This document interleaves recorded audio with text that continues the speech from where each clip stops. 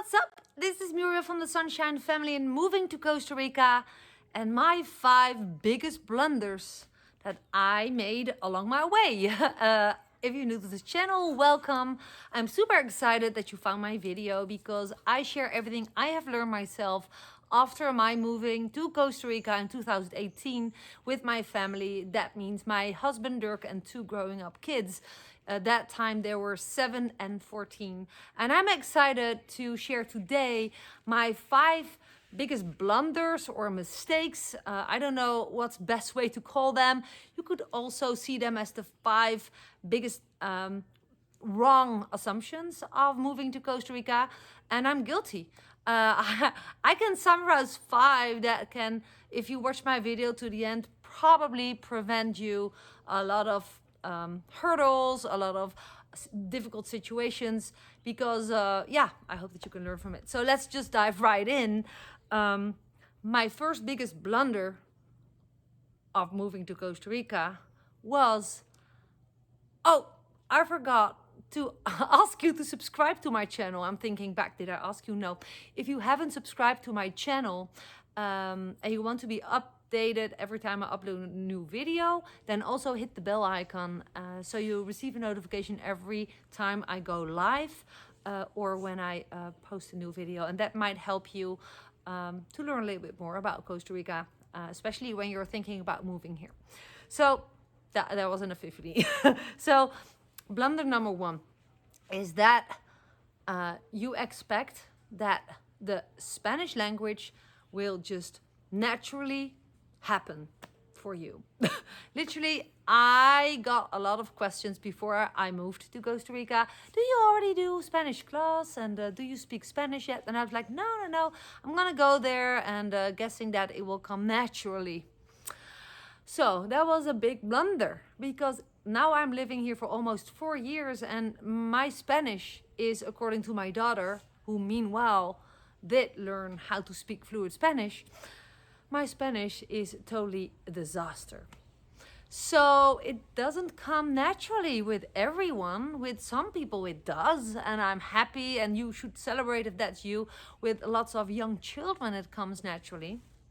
But for me personally, yeah, it was a blunder thinking it would happen that way. I still don't speak Spanish, although I have Tico and Tika friends and I have lots of places to just literally communicate in Spanish. I still don't speak Spanish. And also people switch really easy to English here. So I take that, I'm really happy and take that opportunity to do not speak Spanish. But of course, it's way cooler and nicer, and it connects you more with the culture and the country if you do speak Spanish, period. So my solution for it, my suggestion, and I'll leave it up to you, do a Spanish course before you move to Costa Rica. And if that doesn't work because you're so busy, then just do it as soon as you're there. I started an online course which did not really help me, because I learned a lot, but the teacher was not forcing me to speak Spanish, which I will be doing next week, the 22nd of this month. I will be taking 3 hours one-on-one Spanish classes from a professional Spanish teacher, and I've seen the results with Dirk. So that is my solution for it. So blunder, don't step in the trap. Spanish doesn't come naturally with everyone. Blunder / mistake number 2 of moving to Costa Rica along my way is that I was assuming that Costa Rica is not more expensive than where I come from, the Netherlands. I actually assumed it was cheaper, and now I hear you say, come on Muriel, you did some research right before you left the Netherlands. Yes, of course. I saw some pieces of Costa Rica. But funny enough, but this is the thing, you should know one fact. I already had my online business and I was not living on a budget. Not 4 years ago when I moved to Costa Rica, not now. I make a great living online. I'm an online entrepreneur, a life coach, digital marketer, affiliate marketer. I do a lot of things online, and I also teach other people around the world since 2015. 15 already how to build their online business. So I wasn't really living on a budget. But I found out a little bit later after moving here that the money went so fast. Now, there's a couple of reasons for it, and I want you to just listen to this, because this can prevent a big disaster when you do live on a budget. For example, suppose that you have a set budget every month, let's say $5,000, you're a family of 4, consider which area you will be living, because the area where I live, the Peninsula de Nicoya between Montezuma and Santa Teresa, is one of the most expensive areas in Costa Rica. Why? Well, it's a peninsula, so trucks and supplies have to go a long way over land. The roads are really bad here. They have to go by ferry or by plane, and it's super touristic. It's one of the hot spots of the world for surfing, and there's more tourists who want to come here than the town can offer places to stay. So there's a huge marketplace for incredible high prices. Everything is more expensive here. So don't make the mistake assuming, like I did, that Costa Rica is less expensive than where you come from. Although it's a Latin American country and it's not a first world country, I believe it's not a third world country but a second world country, because a lot of things are really good arranged here. But it is, for most people, an expensive country, and you must be prepared. So if you want to live in areas where it's less expensive, go inland near San Jose, Central Valley. Everything around San Jose is way lower in prices. Prices for renting, prices for buying, prices for food, prices for restaurant, clothing, everything. So there is a big difference compared to other places in Costa Rica, and I want you to be aware. By the way, if you're now hearing me out and you hear between the lines, if you're curious what it is that I do and teach online, that might be a right fit for you, it might not. There are several options. Go to the description below and learn more about my business model, about my coaching. Just check it out for those who want to learn more. And for all others, here comes blunder number 3. So blunder number 3, or it could be a big mistake, is assuming that you can do without a car or another sort of transportation. In my area, it could be an ADV. So we came to Costa Rica without having arranged having a car or buying a car.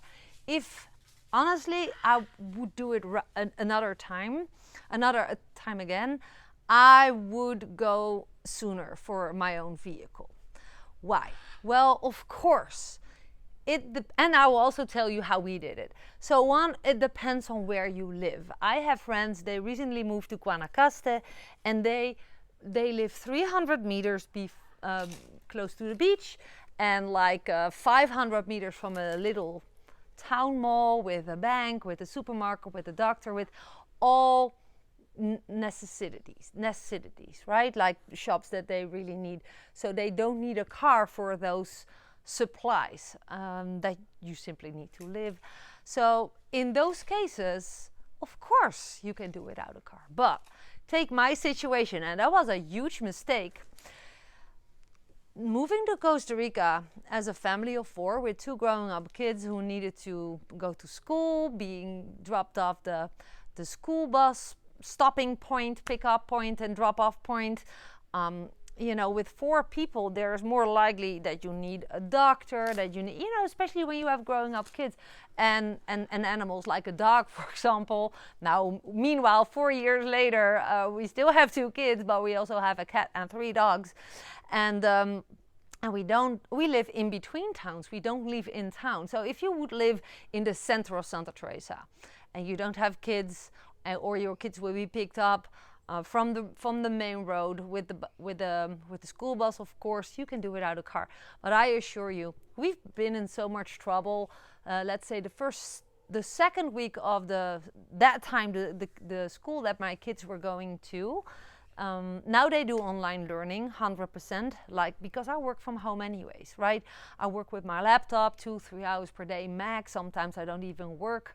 I work a couple of days per week, but a minimum, so I can facilitate their, that I support them, that I help them. But when we started living here in Costa Rica, they went to an international school in a close by town, but it was an hour drive by school bus. And the second week, so they had an arrangement with the school bus, which was cool, but now there were parent conversations. So there was a time that there were parent meetings, and I was expected at school. Now, that was a challenge. So I figured out there's not a bus driving, from where I lived to where I wanted to go, but it stopped somewhere close by. So that was my biggest problem. Like the time that I need to be at school, there was a bus going in weird times, and I tried to take the bus, but it didn't come. So I started to hitchhike. And funny enough, I arrived at that school after getting in a great hitchhike. I got a ride. And the funny story of all, but that's not something that you can count on, guys. Like, suppose that your kiddo falls and needs a doctor. You don't want to depend on an ambulance coming. Sometimes it takes a long time before they have ambulances available. If there's another accident in my town, there's just 3 ambulances available, So you want to have your own transportation to be able to drive to a doctor, right? And taxi drivers sometimes take a long time. Ambulances can take a long time. So, but funny enough, at that first ride, we were living here for 2 weeks, already figured out having no car, no quad is a hustle with 2 kids, especially when they want to have play dates and they want to play at friends. They live somewhere completely else, not in town. We had to say no. The guy who gave me a ride to the school of my kids to be there the second week is also the car guy whom we bought our very first old-timer from, our Range Rover 1972, 73. So that was the guy. He is an old-timer freak. He has a company. And meanwhile, after 3.5 years, we bought our second car with him as well, because he's really great. Now, he's not a commercial car seller, so please don't ask me about how many cars he has for sale. That's not what his video is about. I can share the Instagram account of him. Of course, you can check him out. It's an old-timer specialist. And this is also not for publicity for him, because he's really busy. And like I said, it's not a commercial car salesman. But yeah, having no car can be a big mistake, especially as a parent moving to Costa Rica. And then when you buy a car, please buy a 4x4, because if you want to get around with your own car and you want to go to Monteverde or to Rossi, where we've been recently, you can watch one of my other videos. The road goes like this, right? And without a 4x4, it's impossible to explore Costa Rica. So if you buy a car, do it straight away, as soon as possible. There's tips on how to buy a car and how not to buy a car. I made another video about it. Just go to the channel and go to the search option and type a keyword in like buying a car in Costa Rica, and you will probably find a couple of videos of me. So don't make that mistake of assuming that you can do it without a vehicle. It really is so not handy. It drove me crazy. So we bought a car pretty fast after we moved anyways, but I wish I had it in the first 2 weeks already. Okay, number 4. One of the biggest mistakes that I made was assuming that the people who were helping me because they really wanted to help me. Now I know that 9 of the 10, well, perhaps 8 of the 10 people who want to help me are doing it because they kind of, in one way or another, earn on me. Yes, it's just a naked fact. People earn commissions on stuff. So my very first landlord happened to earn a lot on me. We paid rent for a crappy house with all her stuff in there, which was not a problem, because she informed me that all the prices were so high, there was nothing else for rent. So it gave me the feeling I have no choice. And we paid like $1,000 for a crappy house with a leaking roof, with all her stuff in there, and a cat I had to feed. And I found out that the neighbor, who was really nice, he's a friend of mine now, he just paid $600. That's what she paid as well. Well, she made me think that we were paying, she literally told me we were paying the exact price that she was paying her landlord. So she basically lied and earned $400 for nothing on us because she needed a house sitter because she was getting a baby in another country. So it's a long story short. I thought she was helping us and we were helping her that way, but she was actually just passively earning $400 for us to feed her cat and to take care of her stuff. And when we found that out, we felt so being sold, and that feeling just sucked. Also thinking back, all the help that she offered, hey, do you need help with buying a car? Do you need help with XYZ? Now, we never bought a car through her, but that was all based on commissions. Like, do you want to buy land? I know a lot of people were selling land. And yeah, later I found out that she is well known of ripping off people, and I'm laughing. It's actually not fun, but unfortunately it happens. It's someone who just rents out houses. She rents houses and rents out the same houses for double prices in very bad circumstances. And I meanwhile met people who rented from her in very bad circumstances, crappy sheds for $1,000 to $2,000 per month. So don't think that when people help you, they always want to make money on you or that they're bad. There are gladly also truly sincere people on the planet. I count myself as one of them, but also an example of people really sincerely helped us. Dirk crashed with our quad because of the dust on the road. It was super slippery and he lost control of the wheel. That was scary. He was with my son, with our son, both wearing helmets. Thank goodness, because otherwise they would not be here. That's the honest naked truth. The quad flipped over on Dirk's head and flipped on its wheels again, and my son was somewhere in the field. He was dropped off, hit his helmet but not his face or head, so he was fine. But the people, it happened in front of the property of Tico family, and they out of the blue came, parked the quad on their property, which was needed a garage and a fix, and they brought them to the hospital. And in the car driving to the hospital, Dirk called me like, please come to the hospital, and very kind people are driving us. And that was not to earn a buck on them. That was just because people want to help you. They wanted to help them. And that's what happens here a lot. If you have car trouble alongside of the road, I've never seen someone standing there longer than an hour without help. Everyone is offering, do you have water? Do you need help? Do you need to use a phone?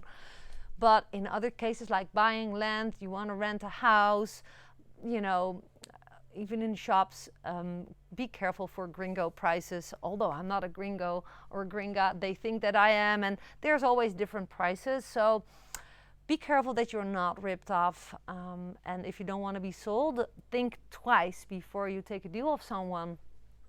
And earning commissions on someone doesn't have to be bad. Basically, a realtor is earning commissions on the sale for land as well, right? So if it's a good realtor and the realtor helps you, of course it's fine. I also refer people to properties of friends that I know, and I also earn a commission. But in that case, they don't need a realtor anymore because I also have a trustable attorney connected and working together. So, but in cases where people don't know that there's earned on them, you might think, oh, the people are so helpful and they're my friends, but basically it's business. So don't be confused about that. I hope that you learn from this point. And then I have a final blunder of wrong assumption that I have of moving to Costa Rica. It may be a little bit a sensitive subject, but if you think that you will gonna make amazing friends fast, you might be mistaken. I'm not saying it's impossible to make great friends right away, but what I found out, actually I made a lot of connections right away. But real friends, I found out the difference of approach of people to my family, including my kids, that after being here a year, between a year and the second year that we were here, people lowered their guards. And this is the thing, and I also experienced it from the other side. So the fact is that a lot of brand new people were moving to Costa Rica. And after living in Costa Rica, just for a little while, they just get around. You know, when your kids are at school, you get to know other parents. But a lot of people leave within the very first or 2 years after moving to Costa Rica.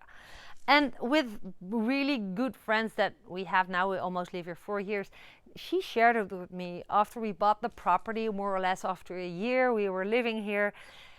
She lowered her guard, she opened up, we were invited in her house way more. And I said, is there something different? Well, she said, we have learned from so many friends of the kids to open the doors of her house to them, and we got attached to them, and we started to love them. And so many people, they lost like about 6-7 very close friends within the year. So the kids had to say goodbye every time. So basically, she taught me, don't attach right away to people that you meet, because in an expat community, a lot of people come and go, also short term or semi-long term, meaning around a year.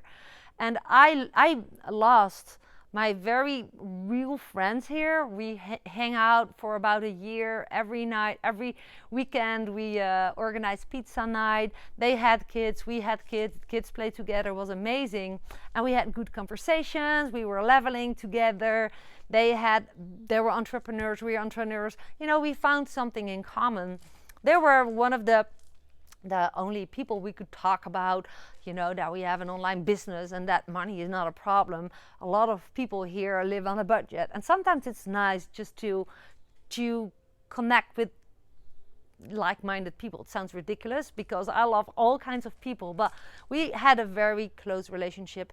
But then out of the blue, they shared the news, we're gonna leave Costa Rica, we're gonna move to another country because we're done. We're just done for several reasons.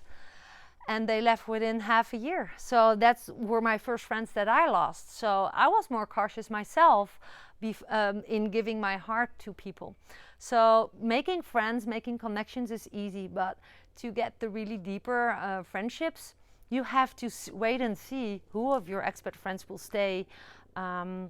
And that is something to find out yourself, and don't feel held back to connect with people, because I always say there's friendships in many sizes and forms and periods of life. You can have a friend for a day. For example, when I just became a mom in the first year, sometimes I was at the playground with my little one crawling through the grass, you know, and I connected with other moms or parents who were that day right there. And then we had amazing conversations. We shared water or snacks whatsoever. And I never saw the people again. It was a friendship for a day. There's also friendships for a lifetime, like a marriage for a lifetime. Or you can have a friendship at the school that you're at, and you graduate together, and then your paths go like this. Some people can move to another country, to another town, and you just outgrow each other, or you just don't see each other anymore. And it was a friendship for a specific period or stage in your life. So don't get me wrong, but there was a big blunder that I thought I'm gonna make friends right away. And the connection that I love with friends is that you can just be yourself and share everything. And you don't just do that with friends on the surface level, friendships with a surface level of friendship, right? So yeah, that's the thing that I just figured out after almost 4 years living now, that I dare to say I really have beautiful, close friends that I can count on, also in times of challenges, that there are really people there for you. I think that's really friendship that you can have fun with as well. So yeah, I am excited for you and your journey in Costa Rica. Living in Costa Rica has been the most exciting adventure of my life, and I never regret moving to Costa Rica. I would do it again. But like I said, I learned so much, and in this video I hope that you can benefit from the 5 blunders that I make, wrong assumption of moving to Costa Rica, and I hope that you can benefit from them. Anyways, let me know in a comment below. I always love to hear from you. And with that being said, well, bye from my stamping ground, from my mango farm. I think you have seen multiple dogs running around. And I'm gonna enjoy the sunset. It's getting a little bit dark. I'm gonna get a drink. And I'm looking forward to meeting you in Costa Rica one day. Big hugs, pura vida. And see you in my next video. Bye for now.